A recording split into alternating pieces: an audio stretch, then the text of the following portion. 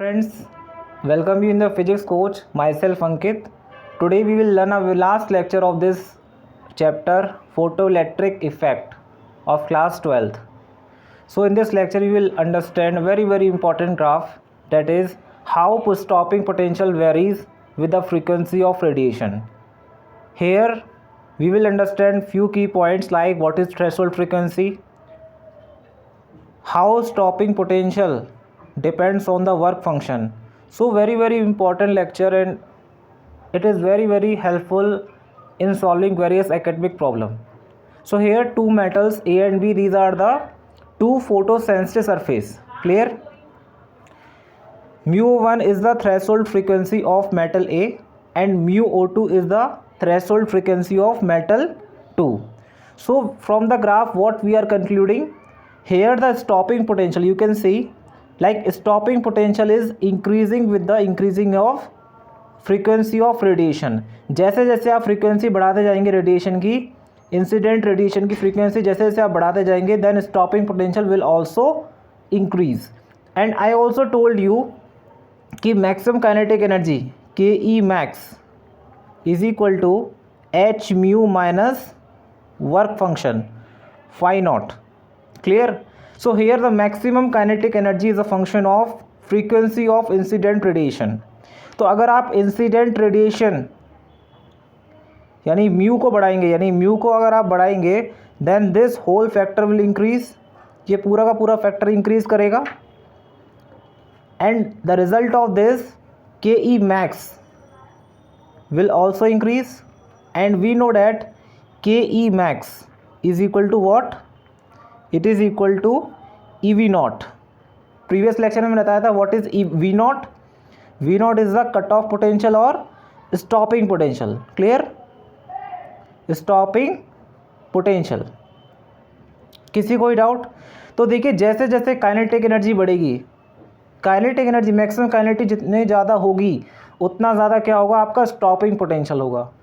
तो as we are increasing the frequency of incident radiation, then what happen, maximum kinetic energy will also increase and the result of this our stopping potential will also increase.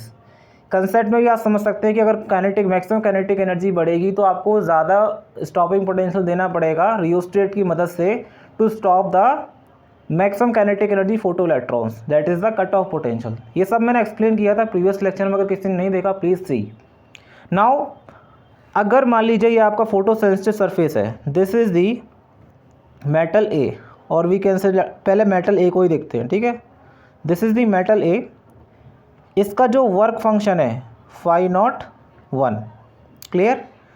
If you are incident, light ray आपने incident करी and this light ray is having the frequency is equal to the threshold frequency.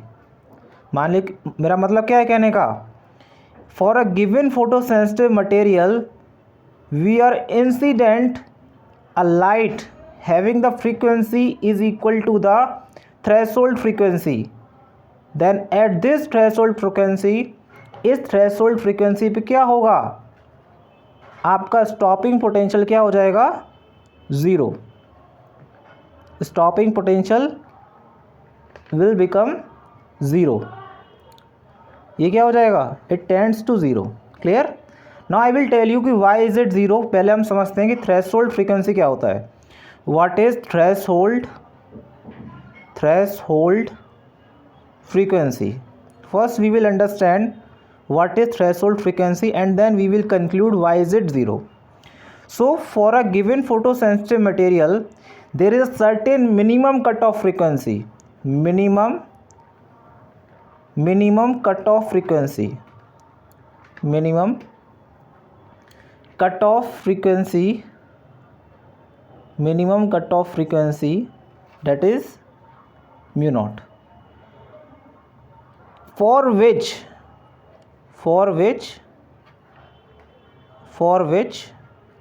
stopping potential is zero. Clear?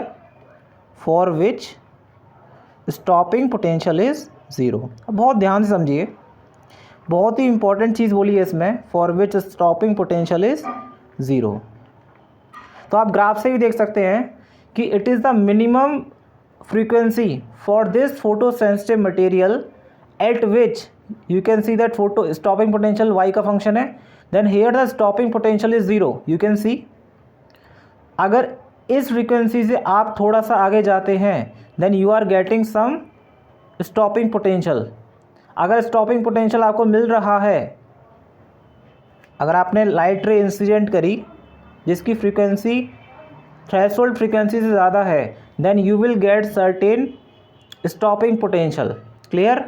अगर आपको certain stopping potential मिल रहा है, it means what, कहीं ना कहीं maximum kinetic energy exist करेगी। समझ आ गया?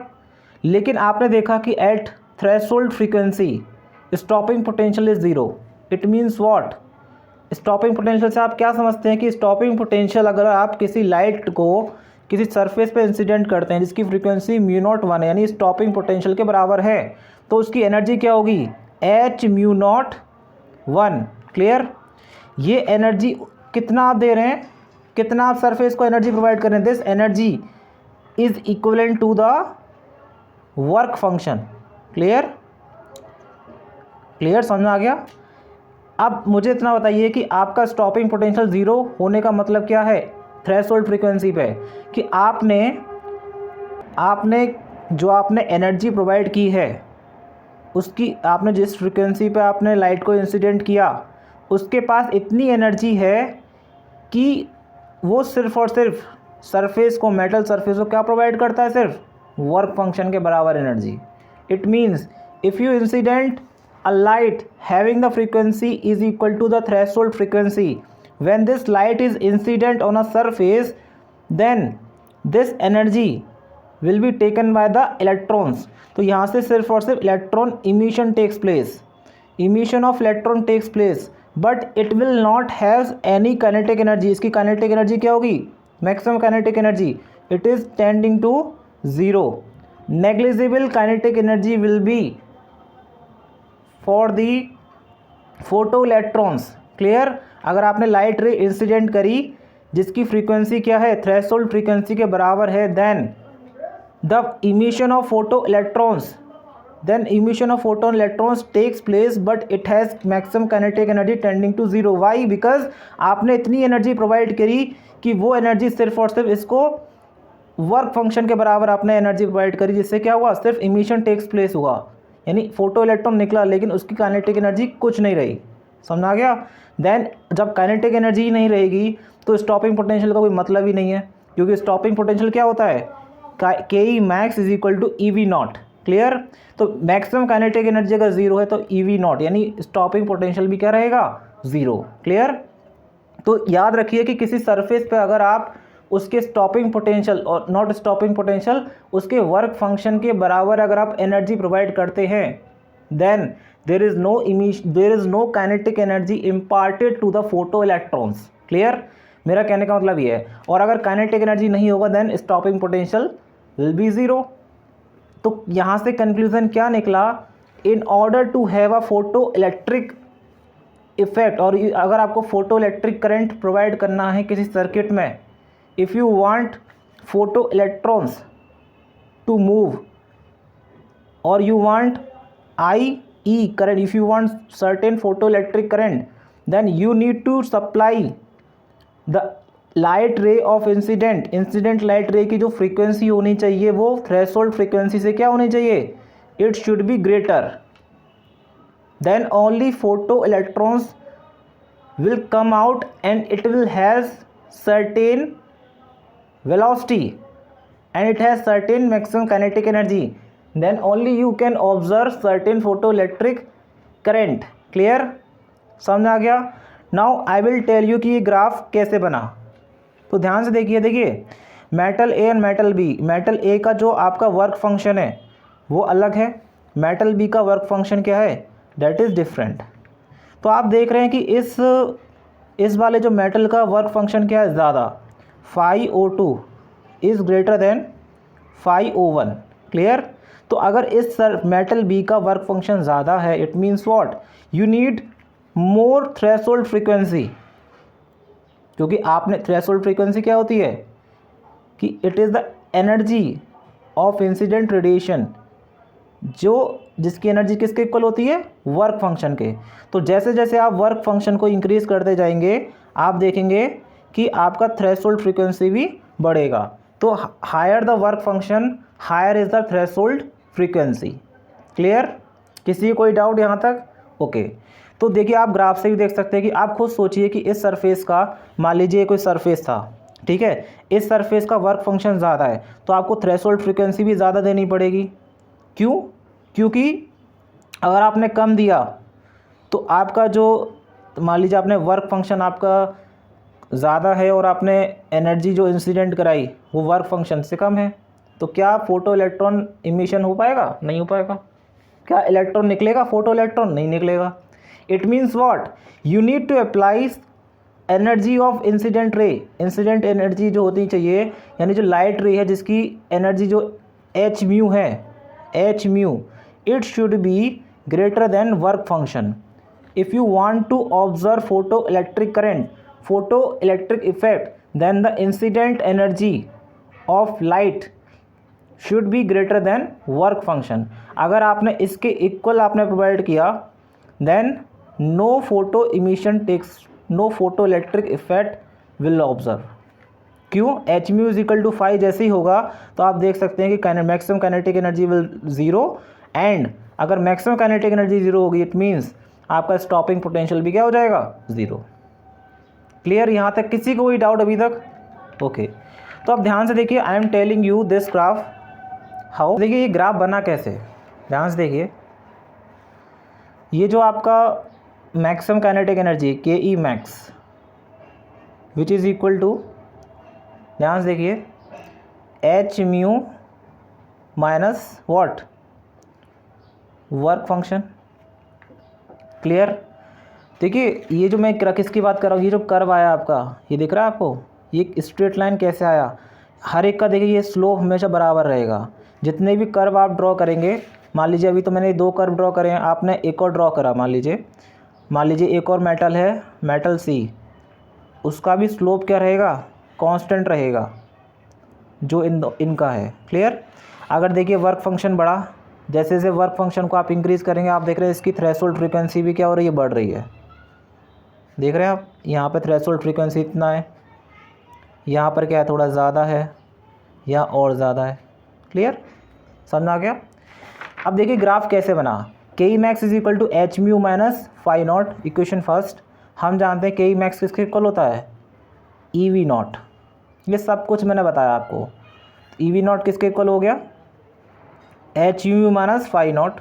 यहाँ से वी नॉट की वैल्यू क्या आएगी? H upon E into frequency minus phi naught upon E. Clear? So ये आपका क्या हो गया? Equation third. You can compare what is this is equal to Y is equal to M X plus C. तो यहाँ से आप Y को, वाई एक्सिस पे क्या है आपका? Stopping potential, stopping potential V naught, slope कितना है? H upon E. Clear? E क्या है? इलेक्ट्रॉन का चार्ज। देखिए स्लोप मैं क्यों कह रहा हूँ स्लोप कांस्टेंट है, वाई स्लोप इज कांस्टेंट, यहाँ से आपको दिख रहा है H upon E. Clear? H का वैल्यू क्या है? प्लांक्स कांस्टेंट है, इसका वैल्यू फिक्स रहता है 6.67 समथिंग होता है, into 10 to the power minus 34 होता है। I don't know the remember exact value but I am telling you the, इसकी यूनिट आपको देखो E is equal to H mu होता है, तो इसकी यूनिट क्या हो गई? Frequency 1/T joule second. ठीक है, जो भी है, बट डोंट रिमेंबर। ई क्या है? इलेक्ट्रॉन का charge 1.6 into 10 to the power minus 19। तो देखिए हर एक कर्व के लिए, for every photo sensitive material this slope is constant. Clear? हर एक फोटो सेंसिटिव मटेरियल के लिए ये जो स्लोप रहेगा कांस्टेंट रहेगा। इसीलिए मैंने क्या कहा था आपको, ध्यान करिए, व्हाट आई टोल्ड यू, कि जो जितने भी कर्व हैं ये सब पैरेलल होंगे आपस में। इन सभी का क्या होगा? ऑल दीज कर्व जितने मैं ड्रॉ करूँगा यहाँ पर, all these are parallel to each other and all of them has a constant slope that is H upon E. Clear? Intercept आप देख सकते हैं, इंटरसेप्ट की वैल्यू क्या मिली आपको? Minus phi naught upon E. Clear?